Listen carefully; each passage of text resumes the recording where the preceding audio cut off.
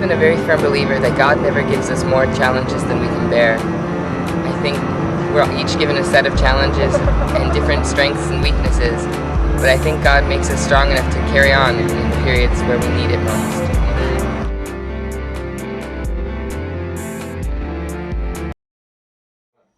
My name's Dee Borrego, and I'm 24 years old. I currently live in Jamaica Plain. I work in a coffee shop right now. I'm also transgender and HIV positive. I was diagnosed in 2005. It was still life-changing news in so many ways because everything had to be different from that point on. I was really sad. I was really angry. My family was very upset.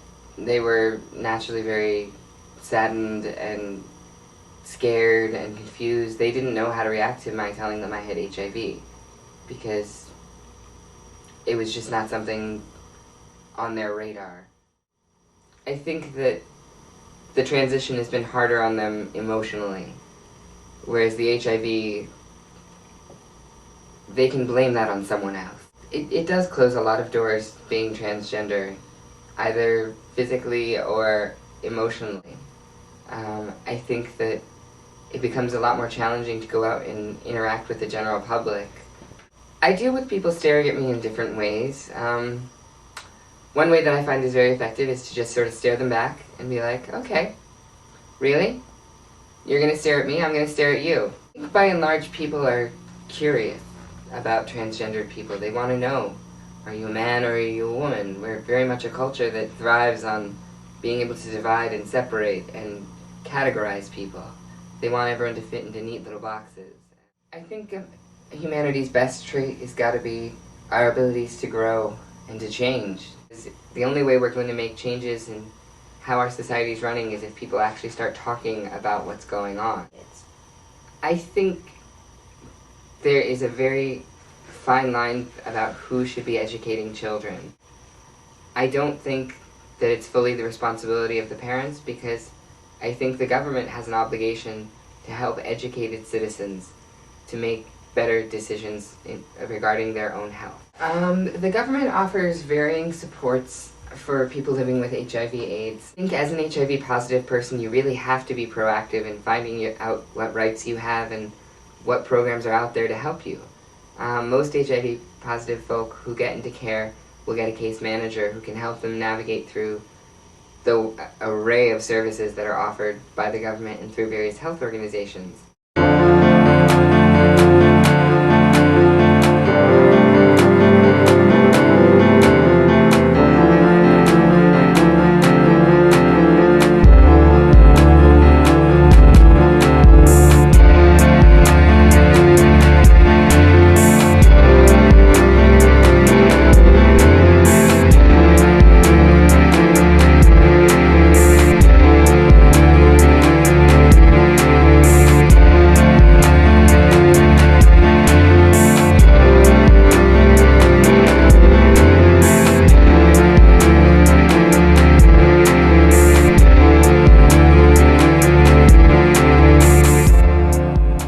I understand that, our economy is in a very delicate situation right now, and it's very difficult to get funding for things like HIV/AIDS, but I don't think the government should cut any more of the funding they have for these programs.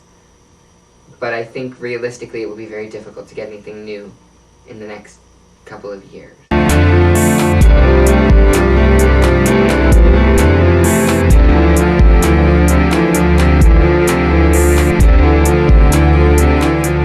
My greatest fear is that things will become unmanageable again. There was a point in my life where I really didn't feel like I was in control of anything I was doing, and I didn't know what I was doing here. I didn't feel like I had any reason to try to be here anymore. I didn't really feel very strong when I found out I had HIV, and so many people said to me, "You're a strong person and you can handle this, you're gonna be fine."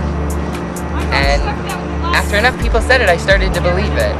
And then it became my daily mantra that I am strong enough to handle anything that happens. And God would not give me any challenge I couldn't face. So.